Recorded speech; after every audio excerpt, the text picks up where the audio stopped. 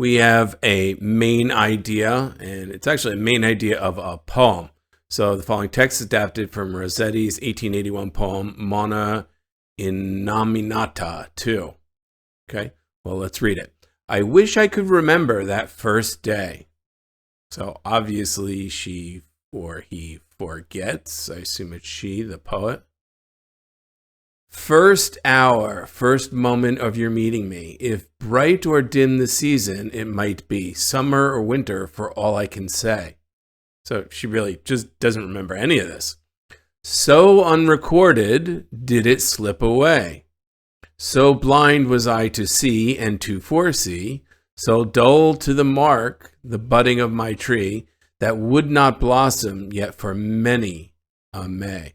So she met somebody, and eventually their relationship blossomed. So eventually, it was a good or close relationship with that person. But it didn't really stick out or mean anything at the time, apparently. So she really doesn't remember that first meeting. And she wishes she did. So let's see what answer choice picks up on that idea. The speaker celebrates how the passage of time is strengthened. No, the speaker's not celebrating. Speaker is kind of regretful or wishing she could remember. B, because the speaker did not anticipate how important a relationship would become. Okay, she didn't know until the end or many Mays later, there's many years actually, that it would become a close relationship. She cannot recall how the relationship began. That's correct. That's correct. And she regrets it. That's correct. This is good. This is going to be the answer. Let's just check C and D. As the anniversary of an important relationship approaches, no, just because it's for many Mays, nothing about an anniversary. That's not right. D, after years of neglecting a once valuable relationship, no, it never says once valuable. It's not like the relationship has gone away. It just didn't blossom for quite a while. That's not right. So, and there's nothing about salvaging that relationship. No, she simply wishes she could remember, and it was somebody who's meaningful to her, but she didn't notice it at the time. B is the correct answer. That matches up exactly with the ideas from the text. Okay, 20, we've got another poem, and this time it's an explicit detail question. So, in what way is the human mind like a flower? Okay, as a fragile and lovely flower unfolds its gleaming foliage on the breast of the fostering earth, if the dew and the rain draw it forth, so doth my tender mind flourish. So a lovely flower unfolds, it's blooming, it's growing, and the mind does the same thing. It blooms if it be fed with sweet dew of the fostering spirit. Lacking this, so now we're kind of looking at a different scenario, it beginneth straightway to languish, even as a flower born upon dry earth, if the dew and the rain tend it not. So supported, fostered, given dew and water, a flower blooms. The mind blooms with the sweet dew of spirit. There's a comparison of spirit, the dew, the water, the moisture, to the spirit of humans. And lacking this, a dry flower withers, and so does, without the spirit, the mind withers. So that's the comparison. Let's check the answers. It becomes increasingly vigorous with the passage of time. Not a question of the passage of time. That's not it. It becomes increasingly vigorous with the spirit and the dew that fosters its growth. It draws strength from changes in weather. No discussion of changes in weather. Two different climates shown, but that's mixing up the facts, the ideas. Okay? It's not about a climate change. It requires proper nourishment in order to thrive. That's absolutely it. The mind requires spirit. The flower requires moisture and dew. Let's check D, though. It preserves or perseveres despite challenge. No, nothing says challenging circumstances and why it perseveres. C is the right idea. Another explicit detail question. What does the text indicate about the discovery of the sandal? Okay, let's see what it does indicate. So the ice melted on a Norwegian mountain during a particularly warm summer in 2019, revealing a 1,700-year-old sandal to a mountaineer looking for artifacts. Oh, this is kind of cool. All right, the sandal would normally have degraded quickly, but it was instead well preserved for centuries by the surrounding ice. According to archaeologist Espen Finstad and his team, the sandal, like those worn by imperial Romans, wouldn't have offered any protection from the cold in the mountains. So some kind of insulation, like fabric or animal skin, would have needed to be worn on the feet with the sandal. So basically they wore socks. They wore sandals and they wore socks. So what's the discovery of the sandal? It's something that we wouldn't have found if the ice hadn't degraded. So, all right, let's take a look. Temperatures contributed to both protecting and revealing the sandal. That's true. At first, they protected it for 17 centuries because it was cold and frozen in ice. And then when it melted, it actually was revealed. So I'm actually going to say that's the answer. I should just check it and say, let's check the others, but I think that's going to be it. But we still have to check the others. So B, the discovery revealed that the Roman Empire had more influence on Norway. Come on, this is our false comparison. How often do we see this wrong answer? Okay, that's wrong. C, archaeologists would have found the sandal eventually without help. Oh, really? Do we know that? That's completely hypothetical. We have no idea. There's no evidence from the text that that's the case. That's just not in there. D, the sandal would have degraded if it hadn't been removed from the ice. No, it stayed in the ice for 1,700 years. Another 1,700 years, maybe it would have been fine. No, A is the correct answer. Okay, we've got a main idea. The following text is adapted from John Ludden's Call of the Wild. Buck is a sled dog living with John Thornton in Yukon, Canada. So Buck's the dog, John's his owner. Thornton alone held Buck. The rest of mankind was as nothing. So this guy is really into his dog. Like, apparently, if he alone held Buck and doesn't care about mankind, he's all about his dog. Okay, chance travelers might praise or pet him, but he was cold under it all. And from a too demonstrative man, he would get up and walk away. So that would be, I assume the dog is he held Buck. I mean, this could be a vague pronoun. Does it refer to Thornton or Buck? So I assume if he's getting petted, it's him, right? When Thornton's partners, Hans and Pete, arrived on the long-expected raft, Buck refused to notice them till he learned they were close to Thornton. After that, he tolerated them in a passive sort of way, accepting favors from them as though he favored them by accepting. Okay, so Thornton alone held Buck. So actually, Thornton's not the one in the sense he held Buck. That means actually Buck's attention was only on Thornton. It goes the other way around. I thought Thornton was solely focused on his dog. The dog is solely focused on his owner and doesn't pay attention to anybody else. So, A, Buck has become less social since he began living with Thornton. Okay, again, we don't know that. We don't know what he was like before, so we can't make a comparison. This is a false comparison. B, Buck mistrusts humans and does his best to avoid them. No, it doesn't say that. He mistrusts anyone other than Thornton. He thoroughly trusts Thornton, who is a human, so that's not correct. It's false. C, Buck has been especially well liked by most of Thornton's friends. Does it really? We don't know that. We just don't know that. Especially well liked. Especially, what does that mean, especially, right? How do we define that from the text? No. Thornton's friends came, Buck warmed up to them once he saw that they were Thornton's friends, but it definitely doesn't say that in the text. D, Buck holds Thornton in higher regard than any other person. That is demonstrated by the text. That is correct. D. Another main idea question. Let's go ahead and read the whole paragraph. To protect themselves when being attacked, hagfish Jawless marine animals that resemble eels will release large quantities of slimy mucus-like threads.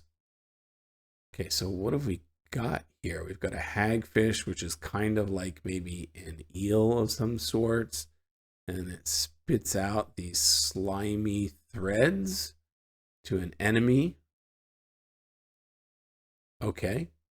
Because these threads are unusually strong and elastic, scientists such and such have been trying to recreate them in a lab as an eco-friendly alternative to petroleum-based fibers that are often used in fabrics. The researchers want to reproduce the threads in the lab because farming hagfish for their slime would be expensive and potentially harmful to the hagfish. So, okay, this threads have some positive qualities, that they're potentially very strong and flexible, and we want to reproduce them, but we can't, right? We can't mine them from the fish, and we're trying to do it in a lab. So, okay, that's the idea. So the slimy threads that hagfish release might help researchers create a new kind of fabric. That's it. It's a might, a big might here, right? If they can recreate it in the lab. This is good. Let's check that and just check the others. Hagfish have inspired researchers. Really inspired? I don't know that, but okay. We'll go with that for now. To develop a new petroleum-based fabric? No, they want to avoid or replace a petroleum-based fabric. That's wrong. C, hagfish are not well suited to being raised in captivity. Doesn't say that, right? It says it's potentially harmful to hagfish. We don't know why it's harmful. I mean, that might be the reason. It's plausible, but again, in reading, it's not evidenced. We need evidence, not just plausibility, to be the right answer. D, the ability of hagfish to slime their attackers compensates for their being jawless. Yeah, one might infer that, but that's definitely not the main idea in this text. This is nothing about trying to recreate the threads or anything. A is the main idea.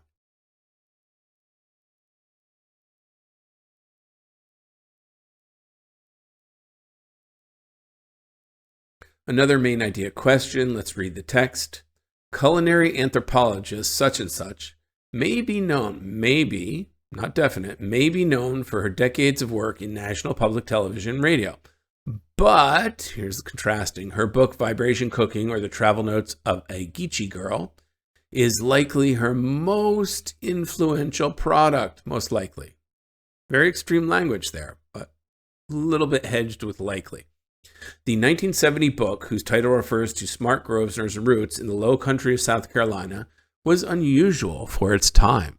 It combined memoir, recipes, travel writing, and social commentary, and challenged notions about conventions of food and cooking. Long admired by many, the book and its author have shaped contemporary approaches to writing about cuisine. So it was kind of like, maybe like the comparable of today, a blog, right?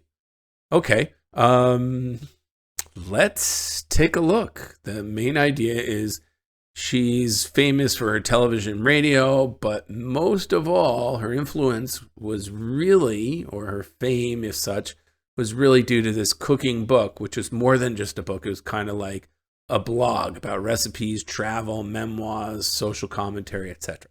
Okay. So Smart Grosvenor's unconventional book, it was definitely that,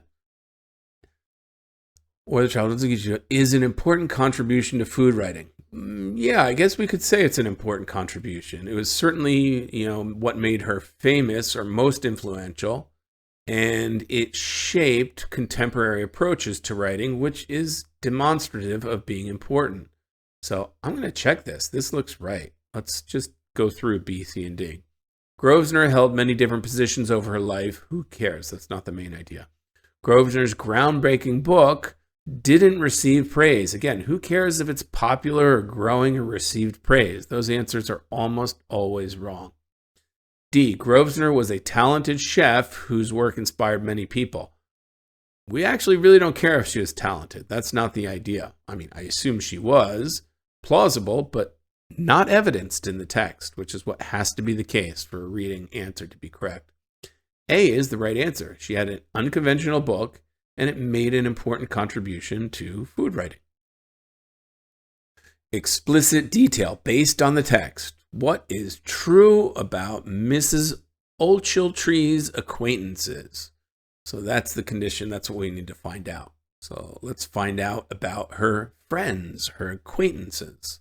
The following text is adapted from Chestnut's 1901 novel, The Marrow of Tradition.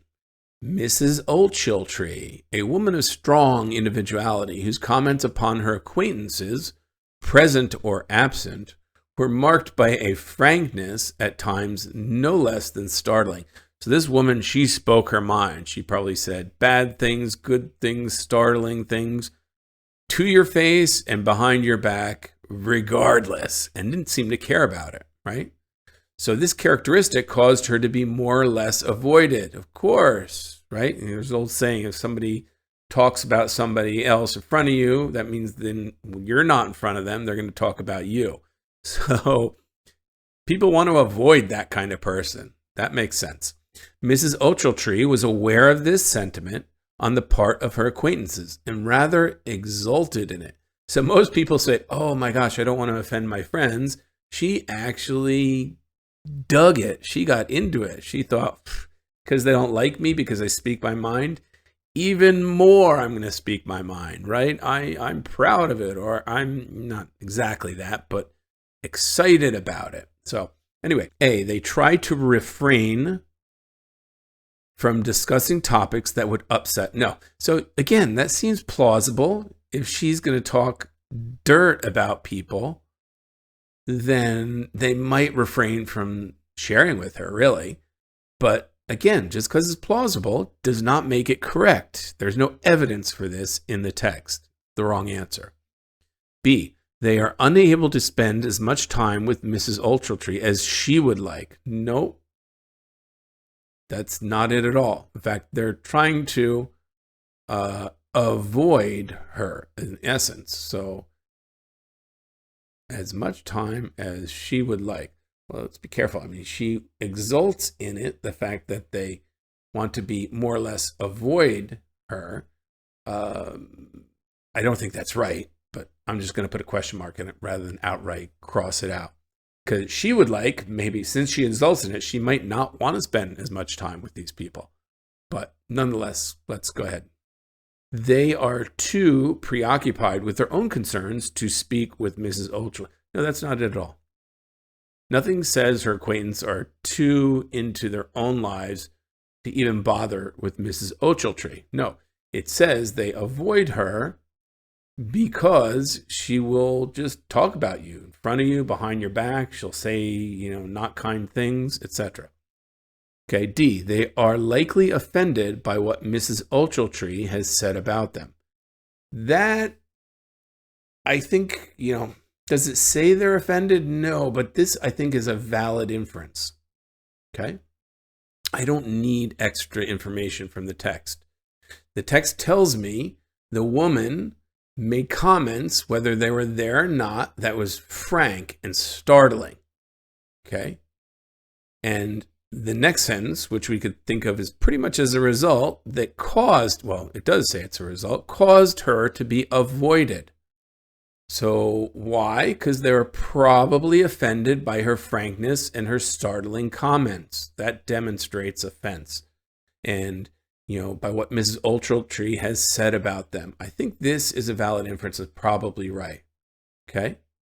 Let's just check that B one more time. The acquaintance, are unable to spend as much time with Mrs. Ochiltree as she would like. So, no, that suggests that they don't have time for her, was my initial read of that. I could try and read it. It's more about what she would like, but I don't think that's right.